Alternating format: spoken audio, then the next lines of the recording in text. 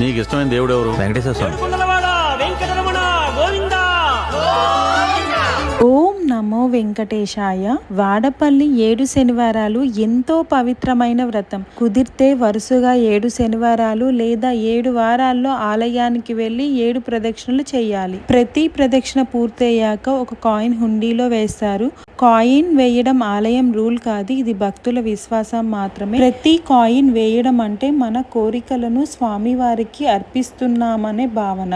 ఇలా 7 రౌండ్లు పూర్తి చేసిన తర్వాత స్వామివారిని దర్శనం చేసుకుంటాం. మేము ఇక్కడ వేద ఆశీర్వచనం టికెట్ తీసుకున్నాము. ఈ టికెట్ 1116.